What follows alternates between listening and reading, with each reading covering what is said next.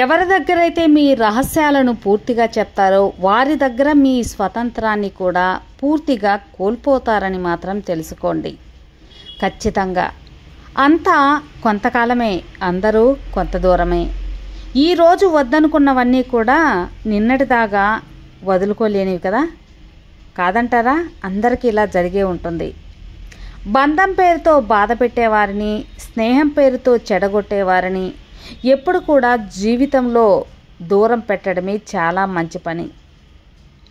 ఇది అక్షర సత్యం. మరి గతంలో మిమ్మల్ని విమర్శించి మీకు దూరమైన వాళ్ళని, అలాగే భవిష్యత్తులో కూడా దూరం నుండి చూసే అవకాశాన్ని మాత్రమే కల్పించు. దగ్గర చేర్చుకోవద్దు మిత్రమా, అది నీకే ప్రమాదం. గుర్తుంచుకోండి, జీవితంలో తప్పుడు వ్యక్తులే సరైన పాఠాలను నేర్పించి వెళ్తారని. మిమ్మల్ని మీరు కాపాడుకోవటానికి ఎప్పుడు కూడా మీలో ధైర్యాన్ని నింపుకోవాలి. ధైర్యమే మీకు సగం బలాన్ని ఇస్తుంది. ధైర్యమే మీకు ముందుకు నడిపిస్తుంది. ధైర్యమే మిమ్మల్ని ఎలా బ్రతకాలో నేర్పిస్తుంది. ఇతరులపై నిందలు వేయకూడదు ఎప్పుడు కూడా. ఎందుకో తెలుసా? ఎందుకంటే కాలానికి నిరూపించే శక్తి ఉంటుంది కాబట్టి. వర్తమానం వేధిస్తూ ఉంది అంటే ఖచ్చితంగా భవిష్యత్తు బాగుంటుందని అర్థం చేసుకోండి. కాబట్టి ఈ వర్తమానాన్ని చూసి భయపడవద్దు. గొప్పగా బతకడం అంటే సుఖంగా జీవించడం కాదు, ఆత్మ గౌరవంతో బ్రతకడం. చెప్పుడు మాటలు నమ్మి చెడిపోయిన వాళ్ళు ఉన్నారే కానీ ఆత్మ గౌరవంతో బతికి పాడైపోయిన వారు ఎవరూ లేరు. ఈ రోజుల్లో పుస్తకాలలో ఉండేది సమాజంలో అస్సలు లేదు. సమాజంలో ఉండేది పుస్తకాలలో లేదు. అందుకేనేమో బాగా చదివినవాడు బానిస అవుతున్నాడు, కానీ ఏమీ చదవనివాడు రాజ్యమేలుతూ యజమానిగా ఉంటున్నారు, కాదంటారా? ప్రశ్నించేవాడు మనవాడైనా పరాయివాడిలా కనిపిస్తాడు. ఇక పొగిడేవాడు పరాయివాడైనా కూడా మనవాడిలానే కనిపిస్తూ ఉంటాడు. ఇది అక్షర సత్యం, ఒప్పుకోవాల్సిందే. మరి నొప్పి విలువ తెలిసిన వాడే జీవితంలో గొప్పవాడవుతాడు.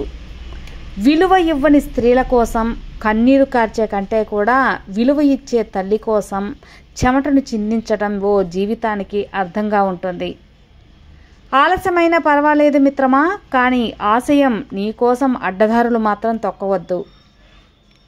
ఆడపిల్ల పుడితే తండ్రి భయపడేది కట్నం ఎలా ఇవ్వాలో అని కాదు, తన పంచినంత ప్రేమను తన కూతురికి వచ్చే భర్త చూపిస్తాడో పంచుతాడో లేడో అనే భయం.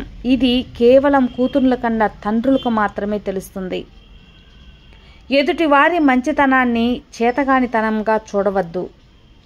మంచి తిరగబడితే పరిస్థితులను అంచనా వేయడం ఎంతో కష్టం, ఎవరి వల్ల కాదు. అది తప్పు చేస్తే చీమ ముందైనా తలదించాలి మిత్రమా, తప్పు చేయకపోతే ఆ భగవంతుణ్ణైనా ఎదిరించాలి. మరి కానీ తప్పుకు కఠినమైన శిక్ష ఒక్కటే పరిష్కారం కాదు, చిరునవ్వుతో క్షమించడమే వారికి అతిపెద్ద శిక్ష అవుతుంది అని తెలుసుకోండి. తిట్టకుండానే కొట్టకుండానే వారిని మార్చిన వారు అవుతారు. ఇక దీనికి కారణంగా శక్తి వృధా కాదు, శత్రుత్వము ఉండదు.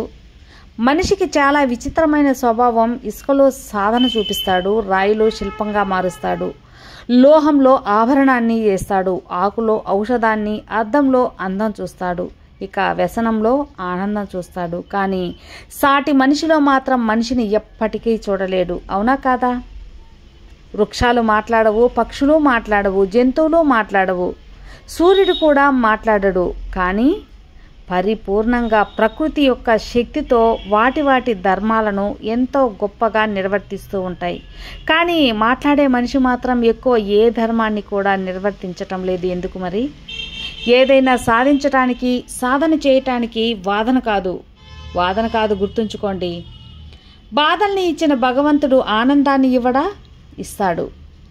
నమ్మి ముందుకు అడుగు వేయండి. మీ నమ్మకమే మిమ్మల్ని ఖచ్చితంగా ధైర్యంగా ముందుకు నడిపిస్తుంది. బరువు అనుకుంటే ఎప్పటికీ మోయలేరు, కానీ బాధ్యత అనుకుంటే ఎప్పటికీ దించలేరు. అర్థం చేసుకోండి. మరి మనకు ఇష్టమైనవి కోల్పోయినప్పుడే మనకు జరిగిన నష్టం విలువ, దాని వెనక ఉన్న మన కష్టం విలువ తెలుస్తుంది. అంతే కదా? సమర్థులు మౌనంగా ఉన్నప్పుడే అసమర్థులు రాజ్యమేలుతారు. మీకు మంచి అనిపించింది ఇంకొకరికి చెడు అనిపిస్తుంది. ఇక మీకు చెడు అనిపించింది మరొకరికి మంచి అనిపిస్తుంది. దేన్నైనా సరే నిర్ణయించేది పరిస్థితులే. పరిస్థితుల ప్రభావంతోనే అవసరం అనవసరం అవుతుంది, అవసరం అనవసరం అవసరం అవుతుంది. బాగా బ్రతకాలి అనుకునే దగ్గర ఆగిపోతే బాగానే ఉంటుంది. పక్కవాడి బ్రతుకు బాగుండకూడదు అనుకుంటే అదే సమస్యలు నీకు ఎదురవుతాయని గుర్తుంచుకో. కాబట్టి అందరికీ మంచే కలగాలి, మంచే జరగాలి అని కోరుకో. నీ జీవితం బాగుంటుంది. కాబట్టి వయసు పెరిగే కొద్దీ గాయాలు అవుతూనే ఉంటాయి, కానీ రక్తం రాదు, కన్నీళ్ళు కూడా రావు. ఎందుకో తెలుసా? అవి తప్పనిసరిగా మానసిక గాయాలై ఉంటాయి. కాదంటారా? నిజం. సృష్టికర్త అనేవారు కఠినంగానే ఉండాలి, లేదంటే తను దేన్ని సృష్టించలేడు. అలాగే నువ్వు అనేవాడివి కఠినంగానే ఉండాలి, లేదంటే దేన్ని కూడా పొందలేవు. నువ్వు మూర్ఖుడివో స్వార్థపరుడువో నీకు నువ్వే ప్రశ్న వేసుకో. నిజాయితీగా పరికిణి చెందేవాడు ఎప్పుడు కూడా నిజాయితీగానే ఉంటారు. మీరు ఒంటరిగా ఉండటానికి ఇష్టపడుతున్నారు అంటే అనవసరపు విషయాలకు దూరంగా ఉండాలి అనుకుంటున్నారు అని దాని అర్థం. అది నిజమే కదా మిత్రమా? పెళ్లి తర్వాత ప్రేమ తగ్గింది అనడం తప్పు, కోరిక తగ్గింది అనడం సరైనదవుతుంది. ఒక ఆడది మగవాడి యొక్క కోరికలను తీర్చి సంతృప్తి పరుస్తుంది, కానీ ఒక మగవాడు ఆడదాని యొక్క కోరికలను తీరుస్తుంటే బానిస అంటుంది ఈ లోకం. ఏంటో మరి. ఎప్పుడూ నవ్వుతూ ఉండండి. ఎందుకో తెలుసా? మన బాధలకి కొత్త ఏం కాదు కదా, అన్నీ సహజమే. కాబట్టి ఆ బాధల్ని తట్టుకొని ముందుకు వెళ్తూ ఉంటే అన్నీ నీకు సాధ్యమవటం ఖచ్చితంగా నీ వల్ల అవుతుంది. కాబట్టి జీవితం అనేది పరిస్థితులను బట్టి మనకు మనం మారుతూ ఉండాలి. మనలో ధైర్యాన్ని మార్చుకోవాలి, అలాగే మనలోని మార్పుని మనం తెలుసుకోగలగాలి. విన్నారు కదా అండి? ఈ వీడియో మీకు మోటివేషనల్గా నచ్చినట్లయితే లైక్ చేయండి, షేర్ చేయండి, సబ్స్క్రైబ్ చేసుకోండి. మరో మంచి వీడియోతో మళ్ళీ కలుద్దాం. అంతవరకు have a good day friends. Thank you for watching. Bye.